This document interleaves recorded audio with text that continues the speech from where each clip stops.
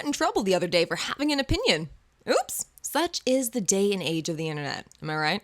Funny thing is, this is an opinion that some scholars actually share, which is borderlines are actually just failed narcissists.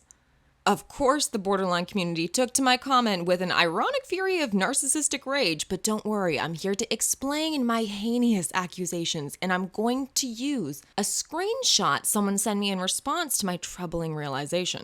I'm assuming they were advocating for, the differentiation of the two disorders, but I think this all really comes down to just a game of semantics here. First off, let's run down what we're dealing with. Okay, so from Borderline Personality Disorder, A Clinical Guide by John G. Gunderson, MD. Your borderline, she typically has traits of impulsivity, an intolerance of aloneness, a fear of abandonment, and a concern for acceptance or nurturance.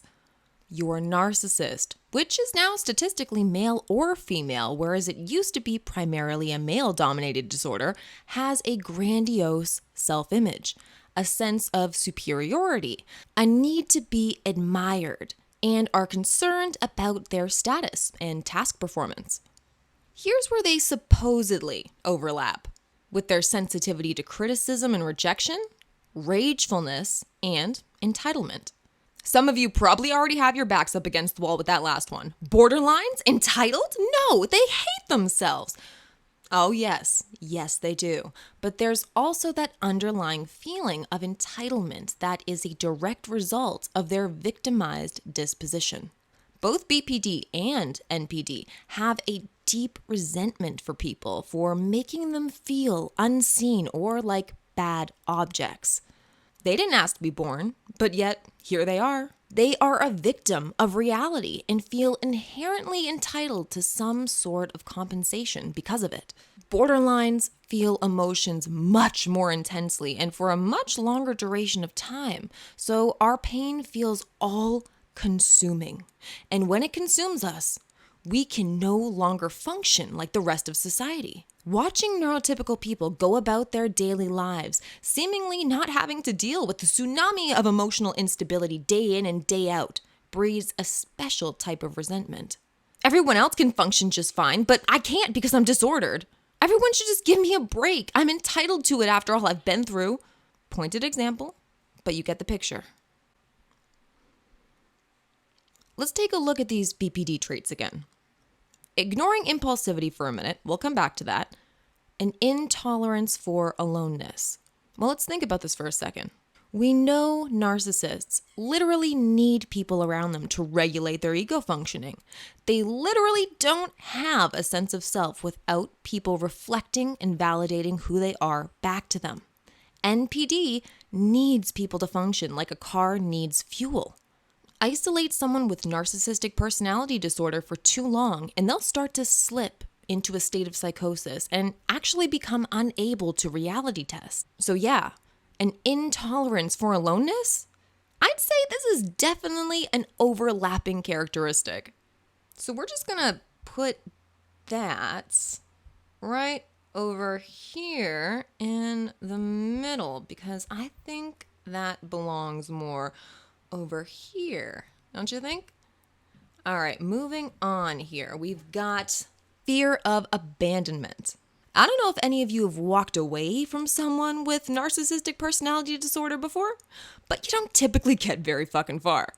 Well, not unless you've bruised their ego enough and left them with a narcissistic injury. But even then, there's still a chance of false promises, future faking, guilting, suicide threats, rage, devaluing, blackmailing, etc. in an attempt to stop a significant person from leaving their life. Although the fear of abandonment wouldn't be their choice of wordage. If you were to ask a narcissist what their deepest fear was, and they were to answer you honestly, it would be the fear of inadequacy, the fear of not being good enough. Useful. This is where the grandiose and superior persona emanates from. It's a defense mechanism, a complete compensation for the underlying insecurity of inadequacy. But that begs the question, Adequate for what? What is it that they crave more than anything? Attention and validation. Who or where does this attention and validation come from if not from other people? I suppose we can make a religious argument here, which would fit nicely, but in context to relating these two disorders, I'm going to safely say this is a fear of being inadequate to other people. And what would be the inevitable outcome of being an inadequate object?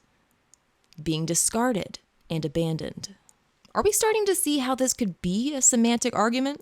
This is the ultimate fear.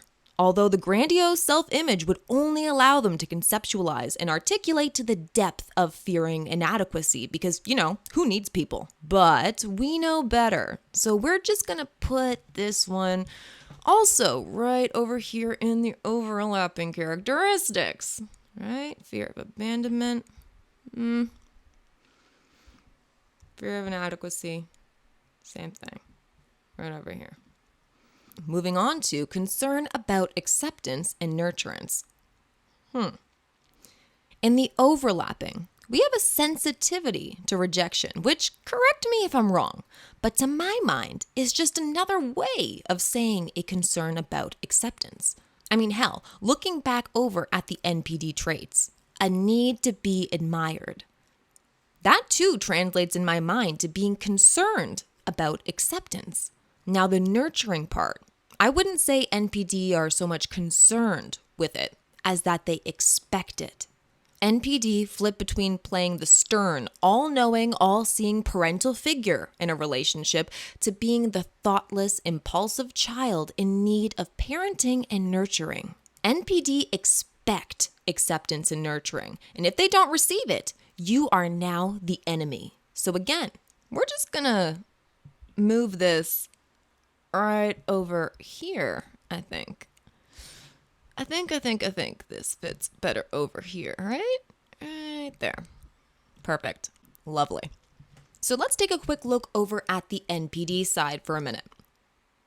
Grandiose self-image.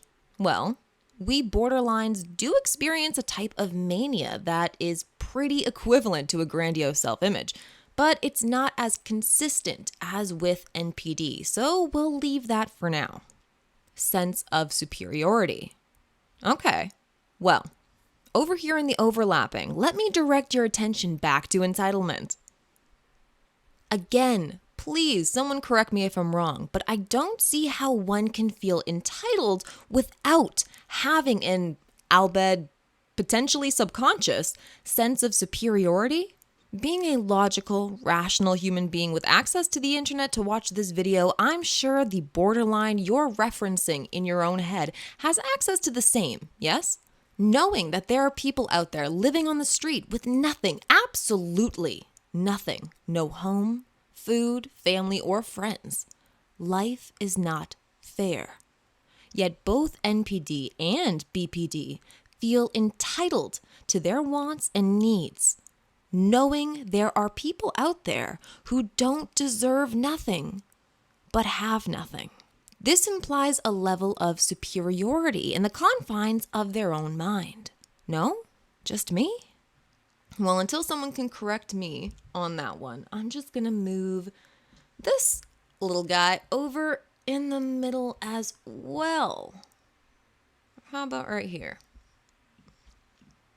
What do we got next? Need to be admired. We're playing another semantics game here.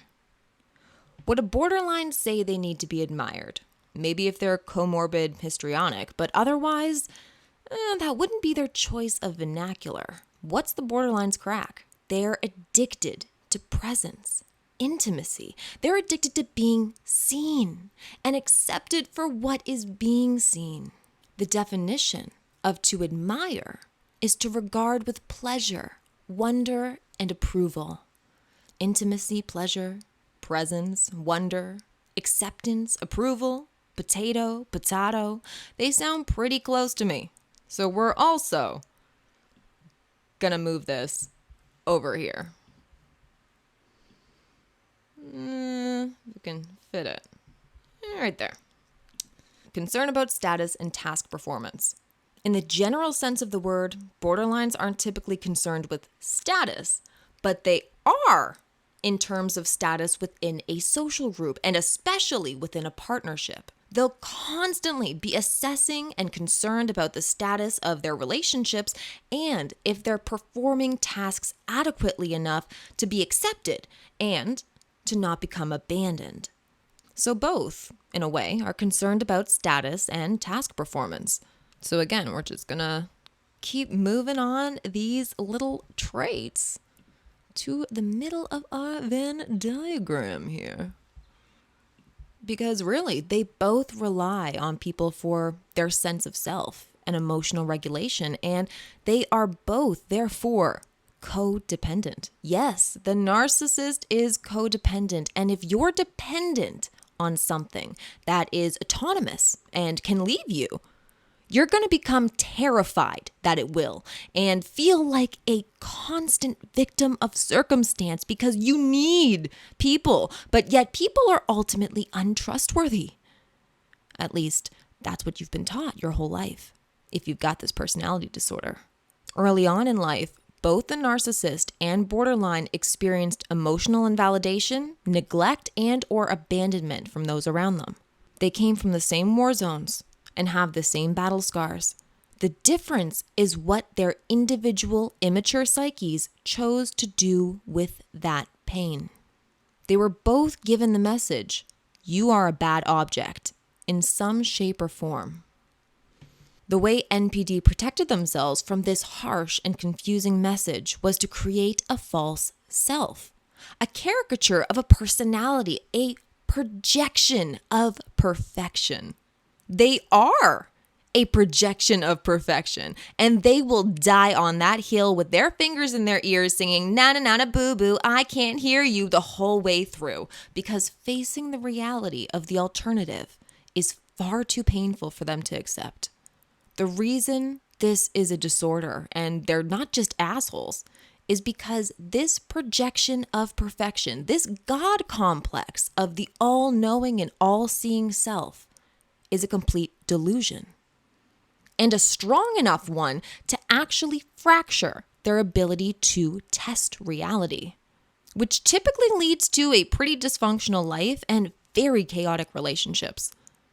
The fear of inadequacy and the message of being a bad object is still there internally within the narcissist, but before the pain is explored, the psyche instantly splits into seeing themselves as adequate, superior, justified, all good, and then projects the actual internal feelings of inadequacy and negativity outwards onto others.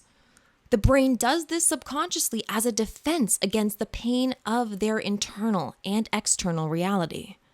Borderlines, on the other hand, walk around with this conscious realization of being a bad object. And when the pain becomes too much, they might slip into a dissociative state of derealization, depersonalization, act out, or simply check out with drugs or alcohol. The entitlement allowed the borderline to develop a fantasy world in their mind, a secret grandiose self-image, shall we say, or an idealized reality that renders them never truly satisfied with actual reality and constantly at odds with it. Reality is the enemy, and borderlines don't have any psychological defenses against it besides dissociating from it. They don't have a fully formed God complex creating a shell, a second skin separating them and shielding them from their internal and external reality. They're constantly exposed to it, drowning in it, not knowing how to deal with it. They failed to develop defenses against their traumatic realities at an early age. Borderlines are failed narcissists. Are you now starting to understand how we're getting to this conclusion? But we still haven't dealt with impulsivity. Are NPD impulsive? Create some emotional dysregulation by threatening their narcissistic supply? And you're damn right they are. Anyone and everyone can become impulsive in an attempt to escape intense stress. So why is this only listed as a borderline trait? Because borderlines have no major defense mechanisms creating a separation from reality, like the NPD God complex. So they are constantly emotionally dysregulated, brushing up against reality, and thus constantly running and dissociating from their emotions in a seemingly impulsive manner, kind of like chickens with their heads cut off. Now you might be saying, Jacie, I'm diagnosed as borderline, but I don't do that shit. Maybe not. Maybe you've picked up some coping mechanisms along your journey, and it now takes an extreme stressor to bring you to that state. But even so, one does not even have to possess the trait of impulsivity to be diagnosed as a borderline. With the way North America goes about categorizing mental health by traits instead of pathologies, you only need 5 out of 9 borderline traits to actually achieve the disorder. So there are numerous combinations of borderlines where impulsivity is not even potentially a factor in their life. But again, can NPD be impulsive? Of course. Hit them with a narcissistic injury to create emotional dysregulation, and they'll flip into an impulsive, primary psychopathic self state quite quickly. Alternatively, threaten BPD with invalidation, isolation, or abandonment, and they'll also flip into an impulsive secondary psychopathic self state. So I'd say this trait is actually shared, which means we're just gonna kind of also put this one right over here in the middly diddly do-da-day. There we go. The major difference between NPD and BPD that isn't listed here, which was the most claimed on my original post, is the topic of empathy. I'm planning on making a longer video in the future to dive into this topic even further, so I'll try to keep this relatively brief here, but we need to have a base understanding of how emotions work for us to continue this discussion. We know, without a doubt, that emotions cannot be divorced from cognitions. There needs to be some type of cognition, thought, belief, albeit sometimes happening subconsciously, that triggers a somatic feeling in the body that we label as emotion. Operating from that understanding of emotions, what then happens when someone has disassociated and repressed their early memories and feelings of vulnerability, such as the narcissist? When there are no readily available thoughts, beliefs, memories to associate to feelings of vulnerability, when a narcissist sees vulnerability in others, it doesn't stir up a reaction of emotions or any emotional significance besides the logical, rational data. There are tears. This person is sad. This happened after what I said. What I said made them sad. End scene. No emotional attachment to the background cognition, just an awareness. So when we ask the question, do people with narcissistic personality disorder have empathy? Well, they do. They have cognitive empathy. They understand you're experiencing a negative emotion, and they probably understand how and why you got to that position too, to some degree. Do they mirror and experience your emotions reflexively, which is what I'm thinking we're all referring to when we're asking about empathy? Well, that depends on 2 factors. Number 1, if said person has any access to previous memories of a similar experience, which typically someone with NPD does not. And 2, if said person has resorted to infantile defense mechanisms, such as splitting on the person requiring empathy, seeing them as all bad on account of their own egos being bruised, which is actually a diagnostic criteria for BPD. You know, with the whole idealizing and devaluing thing, splitting, aka. Then no. If either of these are true, someone will not experience emotional empathy for the other individual. They'll know the individual is in distress because of cognitive empathy, but they may not fully understand why or even care to know why in the first place, because of splitting. So if our last shred of hope in keeping these 2 disorders completely unrelated is sitting on the back of empathy, I don't see this horse making it to the water, guys. Both NPD and BPD have empathy deficiencies and repress vulnerable memories offering a narrow scope of available cognitions to spark emotional empathy to begin with, even more drastically narrower of a scope with NPD. Plus, when NPD are ever forced to deal with heavy emotions, they have their primary defense mechanisms of the perfect, grandiose false self to fall back on. Weakness, helplessness, and vulnerability is beneath them, and their very autonomous existence deems them entitled to not have to deal with it. It's not their problem. They move on. Whereas the borderline will sometimes make it their problem to strengthen bonds and avoid abandonment. They don't move on. They dwell. They might dwell on an empathetic narrative they constructed of how you must be feeling. Then they believe it, and they feel compelled to apologize out of fear of abandonment, falling apart if left alone. The narcissist will also construct a narrative of how your thoughts, feelings, and behaviors are not correct, and they will move on and find another person out of fear of inadequacy, falling apart if left alone. Okay, so both have empathy deficits, but BPD has access to emotional empathy, and their natural use of empathy is kind of very goal-oriented, specifically to mediate abandonment. They have what is known as functional empathy that functions for a purpose as opposed to just being reflexive. And this is set up by their psyche for a very good reason.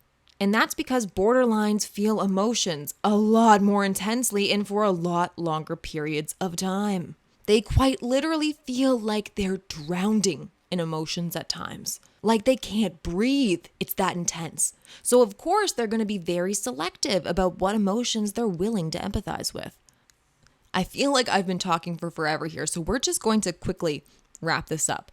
So, what we have now, the only defining characteristic we actually have left between borderlines and narcissists is the narcissist primary defense mechanism of the grandiose self-image, their false self. The primary defense mechanism that borderlines failed to properly develop and fortify. The borderline being the failed narcissist.